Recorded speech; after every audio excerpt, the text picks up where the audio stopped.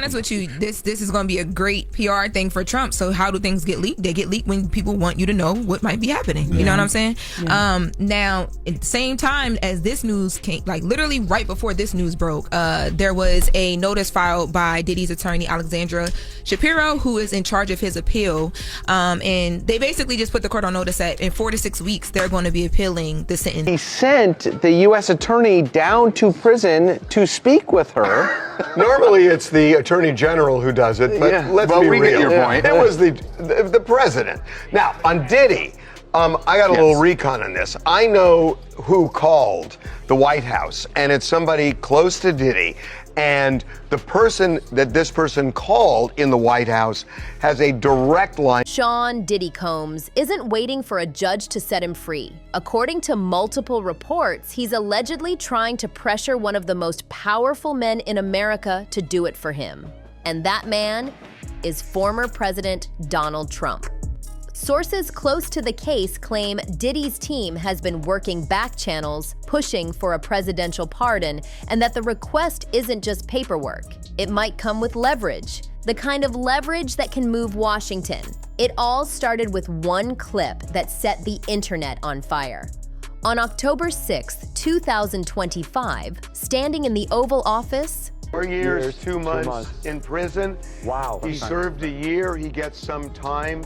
He gets 15% credit, so he'd be at 14-ish. 2.5 years. 2 months. So, and then he gets another 15% in the remaining. Yeah.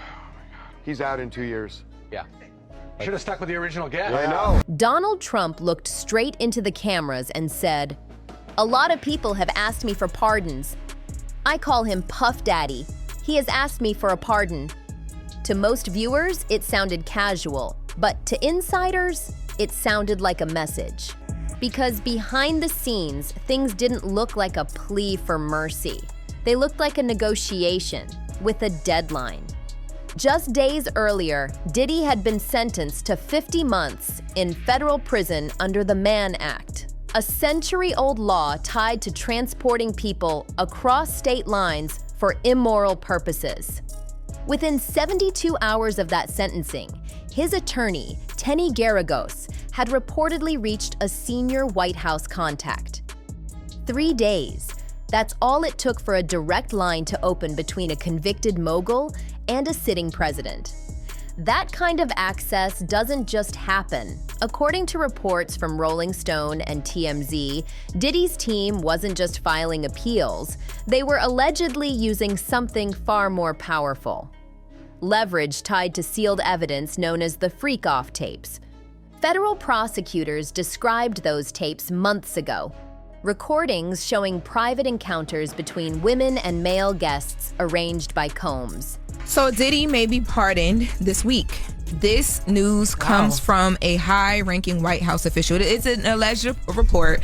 I reached out and didn't get any response, true or not true, on this. So I don't know, where that leaves us. But the videos were never released publicly. They were sealed by the court for reasons that, to this day, haven't been fully explained. But sources familiar with the investigation claim those tapes show high-profile men, businessmen, entertainers, and yes, political figures caught in compromising situations. Some of them allegedly connected to Trump's inner circle. If that's true, it means this story isn't just about a fallen music icon. It's about potential national security risks wrapped in tabloid chaos. Because private footage involving powerful political allies sealed under federal order suddenly being used as leverage for a pardon, that's not just a scandal. That's a powder keg. Same kind of extortion that we heard when Cassie took the stand and testified on that airplane ride back from France. Diddy said, "You don't do a freak-off, I'm going to release one of the freak-off videos that you are profiled in and humiliate you." Inside the Metropolitan Detention Center in Brooklyn, where Diddy is being held, rumors have been spreading fast.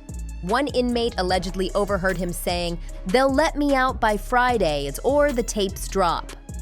Whether that was a bluff, bravado, or something darker, no one knows. But what came next only fueled the speculation. Trump publicly acknowledged Diddy's pardon request days later, almost as if he was responding to the rumors himself. And prosecutors have already confirmed that the tapes exist. They were seized in federal raids on Diddy's homes in Miami and Los Angeles back in early 2024. In the transcripts, prosecutors described private encounters involving unidentified male participants and women who did not appear to be acting of their own free will. Cold, clinical, terrifyingly vague. Now, imagine if even one of those unidentified men had political connections. The fallout wouldn't stop at Hollywood. It would explode straight into Washington, possibly shaping the 2026 election cycle. This is why insiders say the situation is so volatile. Trump has used the pardon power before to reward loyalty, silence controversy, or send a message. Now, according to this source, Trump is going back and forth on this, and there are some White House staff that are saying, don't do it, leave it alone, he wasn't supporting you. But the source made it clear Trump is going to do what he wants, so it can happen as early as this week. Now, y'all remember when Earlier this year, he commuted George Santos's sentence after barely 3 months behind bars, a decision that stunned even his own administration. It proved one thing: Trump bends the rules when there's something in it for him, and Diddy's team seems to know it, because according to sources, this isn't about money or politics or even fame. It's about silence. What's being offered behind the scenes isn't a campaign donation. It's a guarantee that certain secrets never see daylight. Rolling Stone reported that last week, a mysterious package was delivered to intermediaries linked to a Trump-aligned political committee. Inside, allegedly, were materials showing a $150 million donation trail routed through multiple super PACs. That number dwarfs Diddy's $500,000 court fine. It's not coincidence, it's a message. So what's that money really for? Buying freedom or buying insurance? Threatening. I mean, let's just be real for a second. There are a lot of lawyers who call this legal extortion. And that this is the way the legal system works, which is you threaten somebody with reputational harm. And in this case, it's interesting that Jay-Z, who's very wealthy, said it would be financial ruin. If prosecutors can trace even a fraction of that cash to clemency talks, it could become one of the largest unofficial financial transactions ever linked to a pardon. The White House hasn't denied contact took place, only issued a vague line. The administration does not comment on private communications regarding clemency matters. So he got off like a fat rat in a cheese factory. But for a dude like Diddy going to jail and spending all that time, you know, I'm not saying it's going to be rough or nothing like that, because his former president of Bad Boy, Kirk Burrows, with the federal jail. You understand? Lil' Kim with the federal jail. Inside Diddy's prison block, guards say he's been restless, pacing, talking about counting down the days. Some inmates think he's bluffing. Others say he's already packed. But here's the risk. If the tapes aren't real, or if Trump calls his bluff, Diddy's entire play collapses. He'll have spent millions, maybe his entire fortune, chasing a promise that disappears the second the president walks away. And that's the danger of dealing with Donald Trump, his unpredictability. He can change his mind in a heartbeat, sign a deal in the morning, deny it by nightfall. Even within Trump's own campaign, insiders say opinions are split. Some believe pardoning Diddy could destroy his law and order image. Others think it could be spun as criminal justice reform. Trump pardoning Diddy will create another Epstein for him. It would be a nightmare. And last and certainly not least, the GOP is already struggling with female voters. And they're not all lefties. There are young conservative women who aren't in love with Trump or MAGA. There are. And this will not help. It's very clear. We all saw the videotape of him beating the hell out of Cassandra Ventura. Meanwhile, Diddy's empire is collapsing. His companies are being sued, his mansions unsold, his jets grounded. To some, it looks like liquidation, fast and quiet. Maybe he's funding his pardon push. Maybe he's preparing to vanish. Still, he hasn't stopped performing. In prison, guards reportedly call him Professor Puff. He's been teaching classes on business and negotiation, still projecting control, even behind bars. But if these rumors are true, if he's really using the freak-off tapes as leverage, that control may be an illusion. Because once secrets become currency, you're not the one holding power. You're the one being watched. Insiders say a few major media outlets have already been approached with backup copies, reportedly set to release only if the pardon doesn't go through. Sean Diddy Combs, Right. would you consider pardoning him? Well, he was essentially, I guess, sort of half innocent. Yes. I don't know what they do. He's still in jail or something, but he was celebrating a victory, but he seems, I guess it wasn't as good as a victory. Probably, you know. One industry figure told Variety, if even one of those files goes public, it'll make Epstein look like a traffic ticket.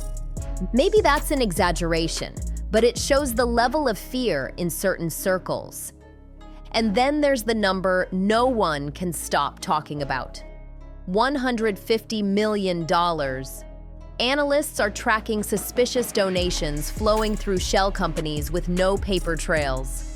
If even part of that money ties back to Diddy, it could be the most expensive silence ever bought. Trump's camp remains silent. Diddy's team isn't denying contact. Both sides are waiting. A very lenient sentence. So what they're asking for is this. They are saying, look, he was found not guilty on all the serious charges, racketeering, fraud, force, coercion, all of those found not guilty. He wasn't charged with, but it was part of the force issue. The only thing he's left with is the Mann Act, which is taking across state lines and paying them for.